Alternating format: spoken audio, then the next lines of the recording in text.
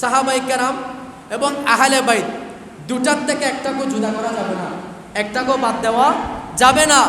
বাদ দিলে ঈমান পরিপূর্ণ হবে না। কেন হবে না? একটা হাদিস শুনেন। আমার নবী বলছেন, মাযালু আহলি বাইতি কামাসালি সফিনাতে নূহ। আল্লাহর নবী বলছেন, আমার আহলে বাইত হচ্ছে হযরতে নূহ আলাইহিস সালামের কিস্তির মতো। নূহ আলাইহিস সালামের কাশতি, নূহ আলাইহিস সালামের জাহাজ। নূহ আলাইহিস সালামের সময় একটা প্লাবন হয়েছে না, তুফান হয়েছে না, গোটা পৃথিবীকে আল্লাহ ডুবিয়ে দিয়েছেন। আর নূহ আলাইহিস সালাম এবং ওনার অনুসারী যারা ছিল ওনাদের সবাইকে নিয়ে নূহ আলাইহিস সালাম একটা কাশতি, একটা নৌকা, একটা জাহাজের মধ্যে উঠেছিলেন। আর এই জাহাজে যারা উঠেছেন তারা সবাই রক্ষা পেয়েছেন, আর জাহাজে যারা উঠে নাই সবাই সেদিন ডুবে মরেছিল। জোরে বলেন না সুবহানাল্লাহ।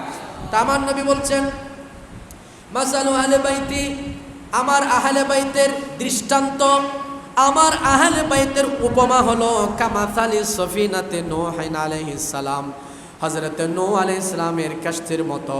যে কিস্তির মধ্যে আরোহণ করবে সে নাজাত পাবে, আর যে এই কিস্তির মধ্যে উঠলো না, এই জাহাজের মধ্যে আরোহণ করলো না, কিস্তির মধ্যে উঠলো না, সে ডুবে মরবে, সে ডুবে মরবে।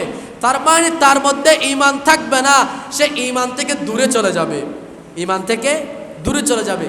তাহলে নবীর আহলে বাইতকে আমার নবী কি বলেছেন? জাহাজ বলেছেন, বাহন বলেছেন, নৌকা বলেছেন কার? হযরতে নূহ আলাইহিস সালামের। একটু জোরে বলেন না সুবহানাল্লাহ। একটা।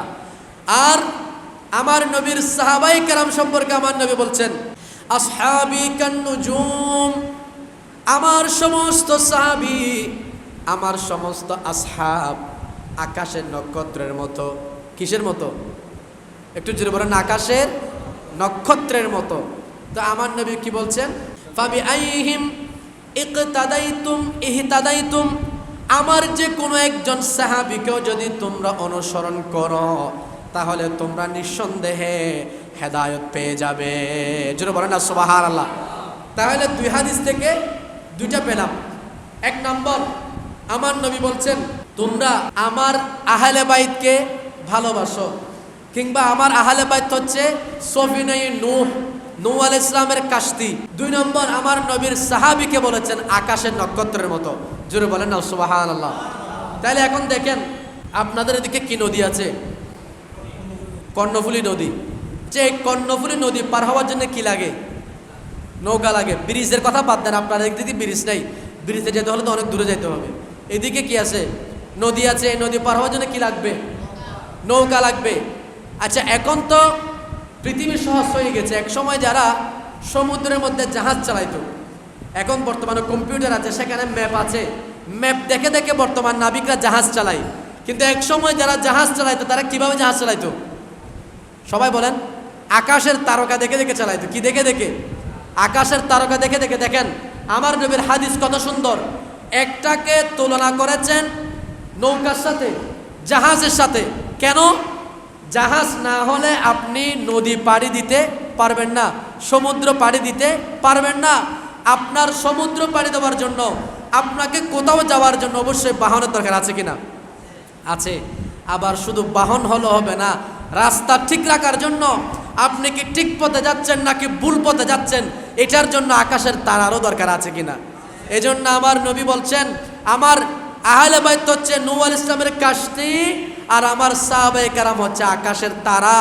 অর্থাৎ তোমরা যেমন নদী পার হওয়ার জন্য, সমুদ্র পার হওয়ার জন্য জাহাজের প্রয়োজন আছে, রাস্তা ঠিকঠাক চেনার জন্য আমার সাহাবীরও প্রয়োজন আছে। যেন বলেন না সুবহানাল্লাহ। আলা হযরত সুন্দর বলেছেন, আহলে সুন্নত কা হে বেড়া পারে আসহাবে হুজুর। যেন বলেন না সুবহানাল্লাহ। আহলে সুন্নত কা হে বেড়া পারে আসহাবে হুজুর, नज्म है और नाव है इतरत रसूलुल्लाह के, अर्श हक है मसनद रिफ़अत रसूलुल्लाह के, देखनी है हशर में इज्जत रसूलुल्लाह के जरे बोले ना सुभान अल्लाह। आला हजरत बोलছেন আহলে সুন্নাত কাহে বেড়া পার আসহাবে হুজুর। আহলে সুন্নাতের বেড়া তো পার, আহলে সুন্নাত তো সফল কাম। কেন? আহলে সুন্নাত যারা তারা নবীর আহলে বাইতকেও ধরেছে, আবার নবীর সাহাবায়ে কেরামকেও ধরেছে। জোরে বলেন না সুবহানাল্লাহ। একটা ধরে একটা বাদ দিলে তার মধ্যে হেদায়েত থাকবে না।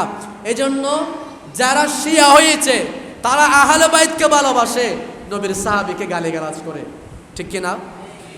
তাহলে নবীর সাহাবীকে যে গালি দেয় সে কি আর মুমিন থাকবে?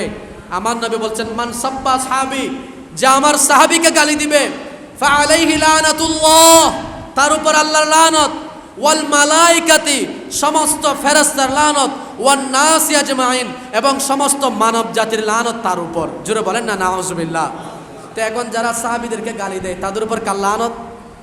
আল্লাহর লানত, ফেরেশতার লানত, মানুষের লানত। তা আমরা কি লানতের দিকে যাব নাকি রহমতের দিকে যাব?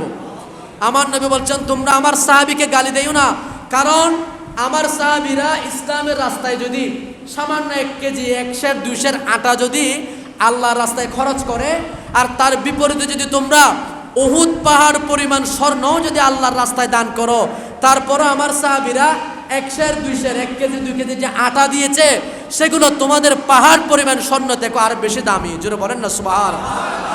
তা আমার নবীর সাহাবায়ে কেরামের শান মান কোথায়, আর তোমরা কোথায় আমার নবীর শানে, আমার নবীর সাহাবায়ে কেরামের শানে বেয়াদবি করতেছো? তো নবীর সাহাবায়ে কেরামের শানও বেয়াদবি করা যাবে না, নবীর আহলে বাইতের শানও বেয়াদবি করা। তো যারা নবীর আহলে বাইতের শানে বেয়াদবি করে এরা এজিদি। এরা কি? এজিদি। আর যারা নবীর সাহাবায়ে কেরামের শানে বেয়াদবি করে এরা শিয়া। এরা কি? শিয়া। আর এক নাম হচ্ছে রাফেজি। আল্লাহ আমাদেরকে এই দুই পথফেরকা থেকে, দুই পথভ্রষ্ট থেকে আমাদেরকে বেঁচে থাকার তৌফিক দান করুন, সকলে বলে আমিন। আল্লাহ এবং আল্লাহ রসুলের পথে চলার তৌফিক দান করুন, সকলে বলে আমিন। আসহাবে রসুল এবং আওলাদে রসুল, আহলে বাইতে রসুল, ওনাদের দামান ধরে চলার তৌফিক দান করুন, সকলে বলে আমিন।